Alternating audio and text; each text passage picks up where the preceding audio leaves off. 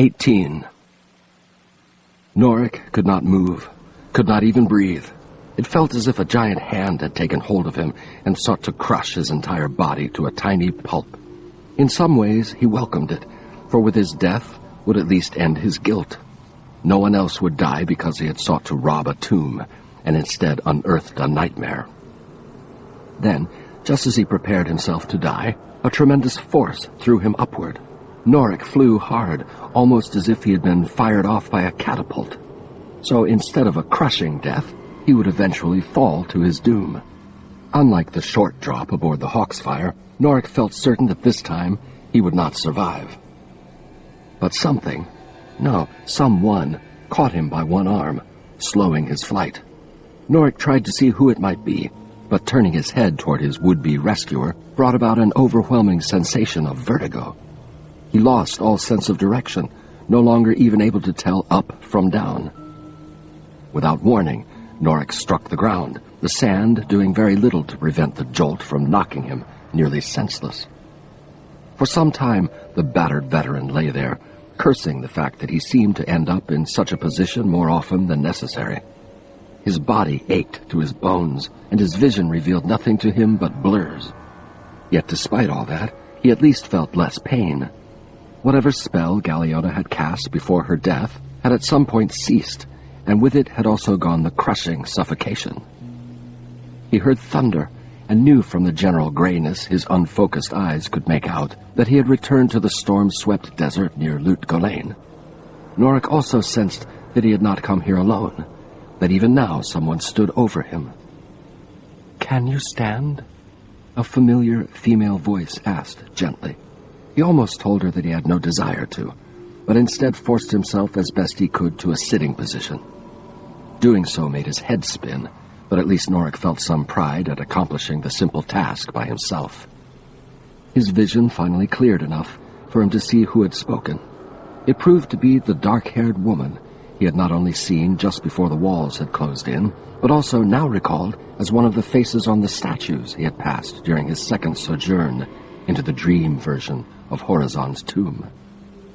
Horazon. Thinking of Bartek's brother made him recall who he had seen standing near the pale woman. Horazon, still alive after centuries. She mistook his momentary shaking as part of a possible injury. "Be careful. You have been through much. We do not know how it may have affected you." "Who are you?" "My name is Kara Nightshadow," she replied, kneeling so as to get a better look at his face. One slim hand gently touched his cheek. "Does that hurt you?" In truth, her hand felt good, but he knew better than to tell her so. "No. Are you a healer?" "Not exactly. I am a follower of Rathma." "A necromancer?" Surprisingly, the admission did not shock him as much as it once might have. Everything around Norik of late had concerned death, or worse.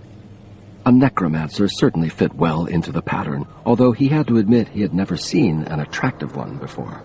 The few others of her faith that he had come across had been dour figures, little different from the dead with whom they communed. He realized that although she had told him her name, he had not introduced himself. "My name's Norik." "Yes, Norik Vizarin, I know." "How?" He recalled that she had used his name earlier, yet the two had never actually met as far as he knew. Certainly he would have remembered.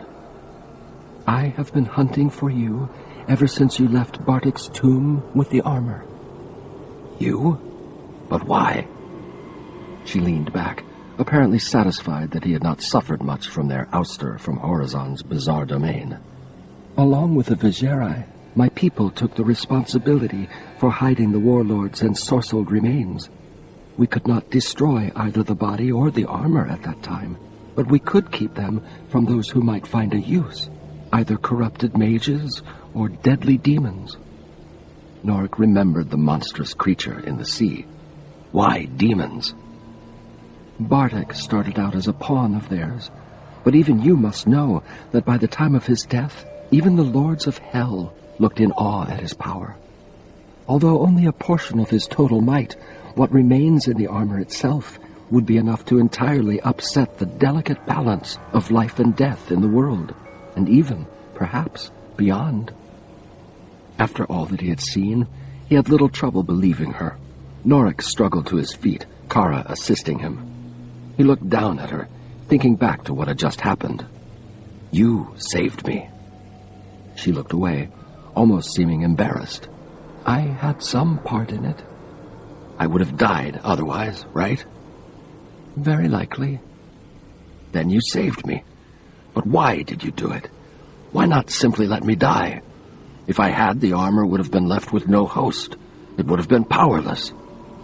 Kara stared him in the eyes. "You did not choose to wear Bardak's accursed armor, Norik Vizarin. It chose you, although I do not know why. Whatever it has done, whatever foul deeds it has performed, I felt you innocent of them, and therefore deserving of a chance of life." "But more might die because of that." The bitterness must have shown in his expression, for the necromancer withdrew slightly. "My friends, the men at the inn, the Hawksfire's crew, and just now that witch. How many more must perish, and most before my eyes?" She put a hand on his own. Norik feared for her, but the suit did nothing. Perhaps whatever fueled its evil task lay dormant for a time, or perhaps it simply awaited the best moment to strike. "There is a way to end this," Kara replied. "We must remove the armor." Norik burst out laughing. He laughed long and hard, and with no hope. "Woman, don't you think I've tried? Don't you think the first chance I had, I pulled at both gloves, attempted to peel off every bit of plate? I couldn't even remove the damn boots. They're all sealed to my body, as if a very part of my flesh. The only way you'll be able to remove the suit is if you take my skin off with it." "I understand the trouble. I understand also that, under most circumstances, no spellcaster would have the power to undo what the armor has done." "Then what could you possibly hope to accomplish?" The frustrated soldier snapped. "You should have let me die just now. It would have been better for all." Despite his outburst, the raven-haired woman remained calm. She glanced around before answering, as if looking for someone or something. "He did not follow. I should have known." "Who? Horizon?" Kara nodded. "So you recognized him too?" Exhaling, Norik explained. My memories are confused. Some of them I know are mine, but others..." He hesitated, certain she would find him mad for what he believed. "The others belong to Bardak, I think." "Yes, very likely they did." "That doesn't surprise you?" "In legend, the warlord and his crimson suit seemed as one. Over time, he imbued it with one mighty enchantment after another, transforming it into more than simply pieces of metal. By the time of his death, it had been said that the armor acted as if a loyal dog, its own magic protecting and fighting for Bardak, as hard as he himself would. Small wonder that his life has been imprinted upon it, and that some of those vile memories have seeped into your own mind." The weary veteran shuddered. "And the longer I wear it, the more I'll succumb. There's been times I actually thought I was Bardak." "Which is why we must remove it." She frowned. "We must try to convince Horizon to do it. I feel he is the only one who has the capability." Norik did not exactly like that notion. The last time he and the bearded elder had seen one another, the armor had reacted instantly and with clear malice. That may stir up the suit again. It may even be why it's being so quiet now. Something suddenly struck him. It wants him. It wants Horizon. All this damn distance, all the things it's put me through, it's all been because it wants to slay Bardak's brother. Her expression indicated that she had come to much the same conclusion. Yes, blood calls to blood, as they say, even if the blood between two is bad. Horizon helped slay his brother at the Battle of Vizjun, and the armor must have preserved that memory within it. Now, after all this time, it has risen and seeks to repay the deed. even though Horazan should have been dead centuries ago. But he isn't. Blood calls to blood, you said. It must have known he was still alive. Norik shook his head, which doesn't explain why it waited so long. Gods! It's all insane. Kara took him by the arm. Horazan must have the answer. Somehow we must find our way back to him. I feel that he is the only hope by which we can put an end to the warlord's curse. Put an end to it, someone says, rasped the voice of no human origin. No. This one desires otherwise. He does. Kara stared past Norik, who immediately began to turn. Look, was as far as the necromancer got. What resembled a sharp, needle-like lance darted down toward him. It would have caught Norik through the head, but at the last, Kara pushed him aside. Unfortunately for both of them, the wicked lance continued its downward thrust unabated and buried itself in the woman's chest. The lance quickly withdrew. Kara gasped, collapsing. Blood spilled over her blouse. Norik froze momentarily, then, knowing he could do nothing for her if he too perished, the veteran fighter turned to confront their attacker. Yet what greeted his horrified eyes proved to be no warrior, but rather a thing born of nightmares. It most resembled a towering insect, but one clearly spawned in more hellish climes. Pulsating veins crisscrossed its grotesque form. What he had taken for a lance had actually been one of the creature's own appendages, a lengthy, sickle-like arm ending in a deadly point. Beneath the sickles, savage skeletal hands with claws opened and closed. Somehow, the massive horror managed to support itself on two lengthy hind limbs bent back in the manner of the mantis it so resembled. This one came in search of a treacherous, wandering witch, but such a prize will serve better. Long has this one hunted for you, for the power you wield. Even dazed, Norik knew that the demon, for what other creature could this be, meant the armor, not the man. You killed her, he managed to reply. Blood dripping from one sickle, the mantis dipped his head. One less mortal makes no difference. Where is the witch? Where is Galliona? He knew her. Norik did not find that at all surprising. Even half under the spell of the armor, he had known that much of her story had been lies. Dead. The armor killed her.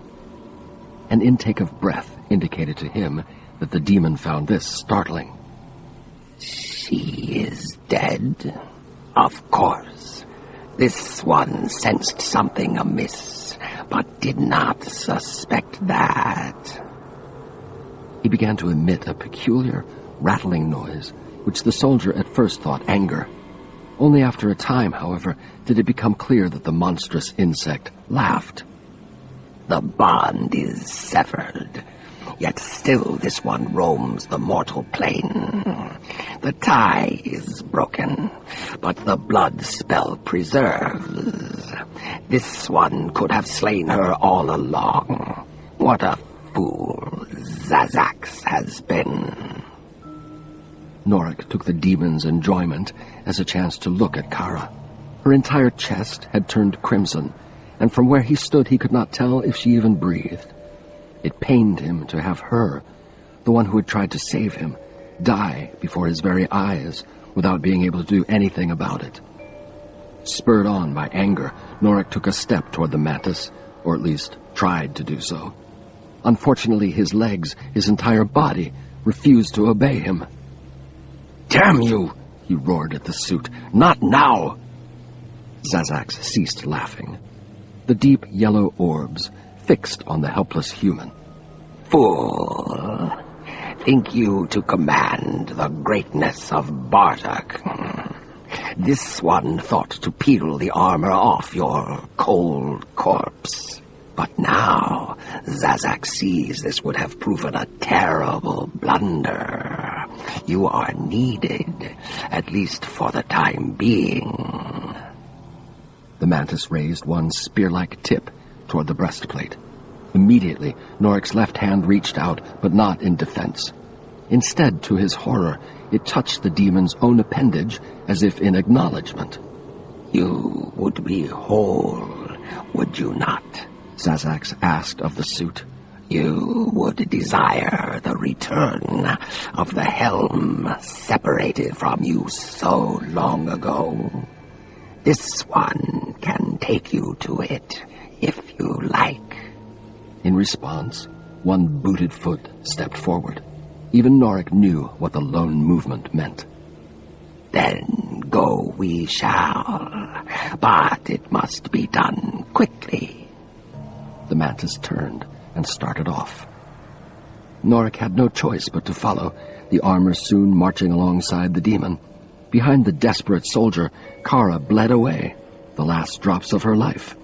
But he could do no more for her than he could for himself. In some ways, Norik envied the pale woman. The necromancer's suffering had already all but ended. His would only get worse. His last hope had been crushed. "Heaven, help me," he whispered.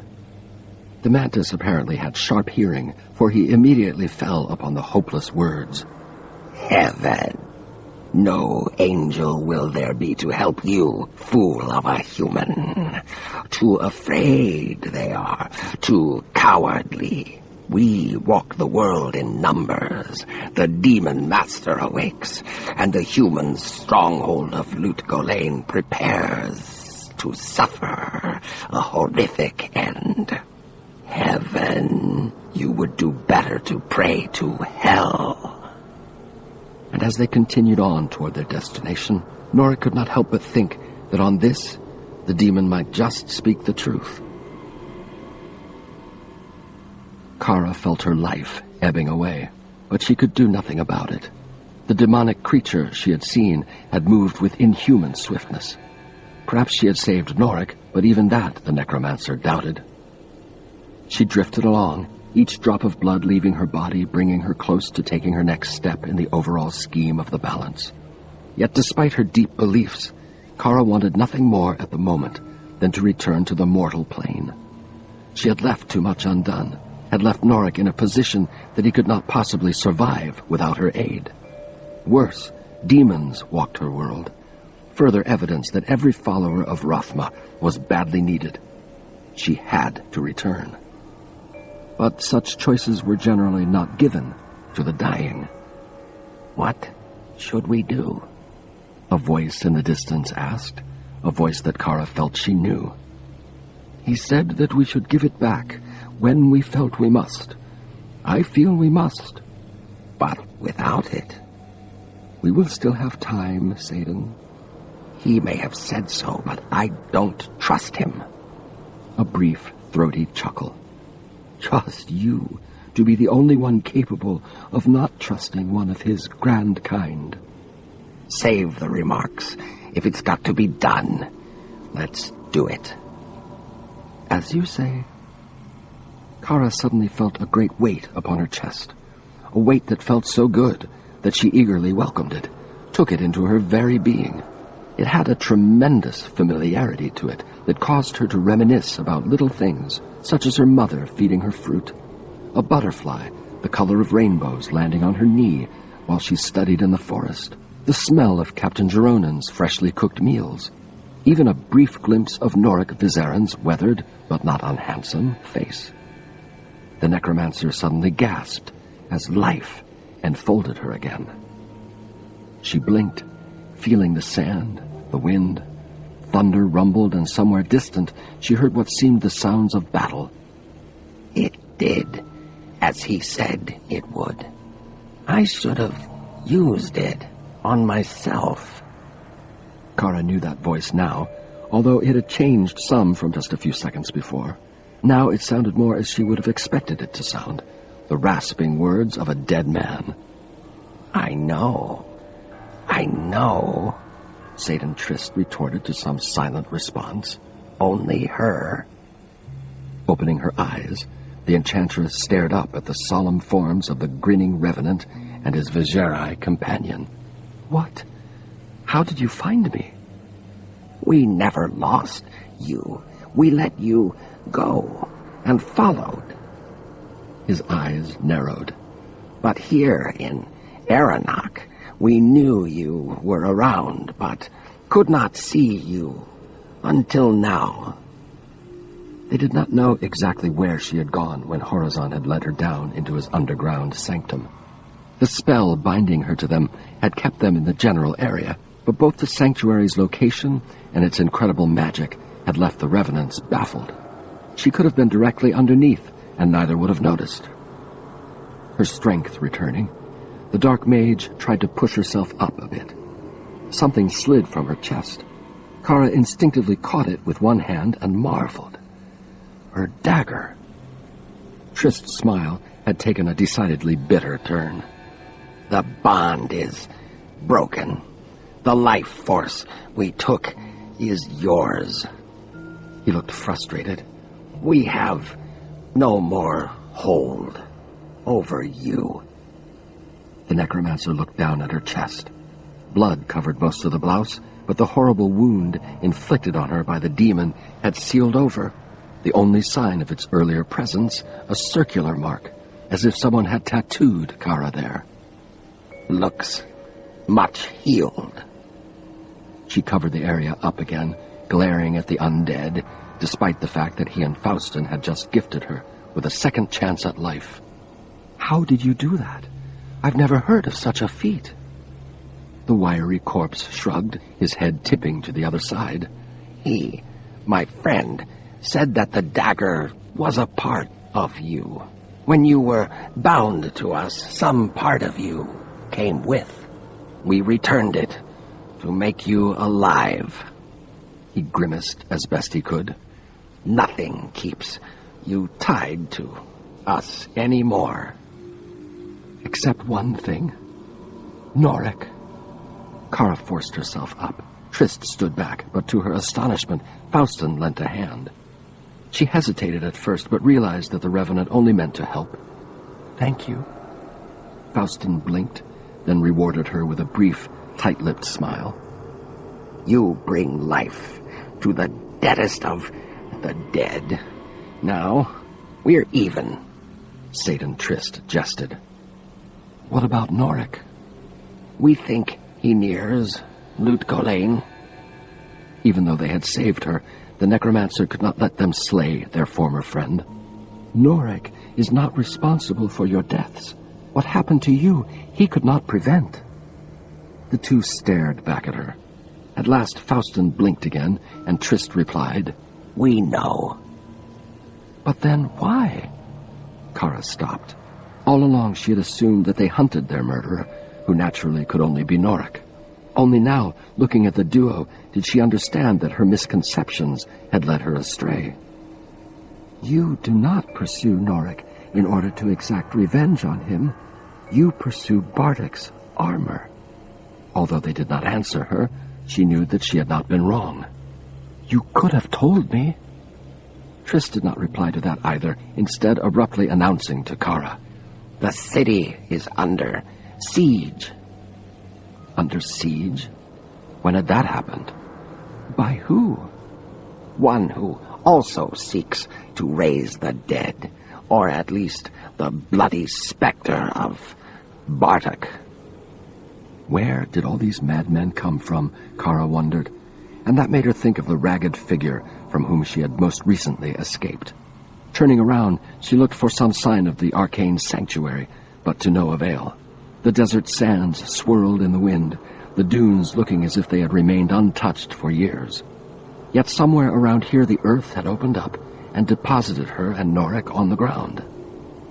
Not caring what the revenants might make of her peculiar actions, Kara called out, Horizon, listen to me. You can help us, and we can help you. Help us save Norik, and put an end to Bartek's legacy. She waited, the wind whipping her hair and sand stinging her face. Kara waited for Horazon to materialize, or at least send her some sign that he listened. But nothing happened. At last, Satan Trist broke the silence. We can't wait here any longer while you call more ghosts. I'm not calling. The necromancer stopped.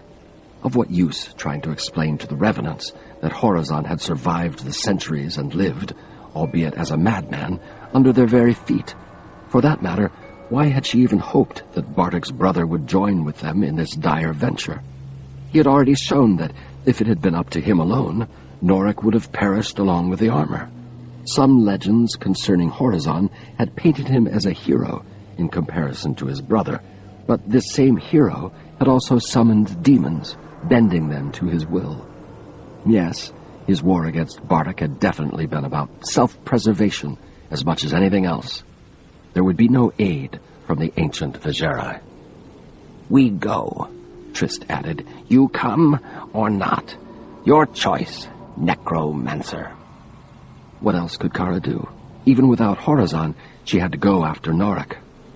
The demon must have taken him to the one besieging Lut Gholein. But for what reason? Did they hope to destroy what remained of the veteran fighter's own mind, enabling the ghostly memories of the warlord of blood to completely take over?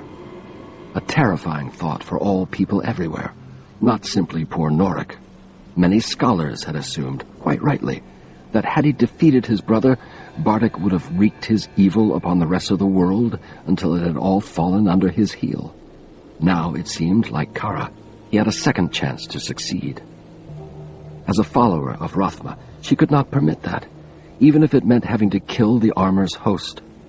The thought left her cold, but if the balance, after all, required Norik to be slain, then so be it. Even her own life did not matter, if only it meant that she put an end to the danger. "I will come with you," the necromancer finally replied. Faustin nodded, then pointed in the direction of Lut Gholein.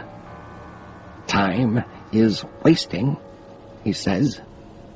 The revenants flanked Kara as the trio set off, a fact which did not escape her. The wind had already wiped clean much of Norik's trail, but Trist and the Vigerai had no apparent trouble following. The bond to what had murdered them enabled the pair to follow anywhere, any place. "What about the demon?" Kara asked. He had designs on the armor, too, and would certainly fight anyone who sought to take it away from him. Trist pointed at her dagger, which now hung from the dark mage's belt. "That is our best bet." "How?" "Just use it and pray." He looked as if he intended to say more, but Faustin gave him a glance that silenced the smaller of the ghouls immediately. What secret did they still hold from her? Had she underestimated them? Did they still plan to use her as a puppet? Now was certainly not the time to hold back anything that might mean the difference between victory and death. "What do you—" "We'll deal with the armor," Satan commented, cutting her off. "And Norik." His tone indicated that there would be no further conversation on this or any other subject. Kara considered trying anyway, but decided not to aggravate relations with the duo. The revenants acted in no manner she could readily predict, going against everything she had been taught about their kind. Half the time, they acted as if they still had hearts that pumped, blood that flowed. The rest of the time, they moved on with the silent determination for which such undead had been fabled. Truly a unique situation, but then everything about this matter had been unique. Deadly, too. She pictured Norik in her mind, wondering what he must be going through at the moment. The image of the demon overshadowed the fighter, causing the necromancer to bite her lip in concern. There also appeared in her mind the shadow of a third figure, the one who now led the assault on the coastal kingdom. What part did he play? What did he gain in all this? He could not simply desire to have Norik become a second Bartek. That would be the same as signing his own death warrant. Bartek had never either willingly served nor allied himself with any other mortal. She would have the chance to discover the answers to her many questions soon enough. As to whether she would live long enough to appreciate those answers, Kara had severe doubts.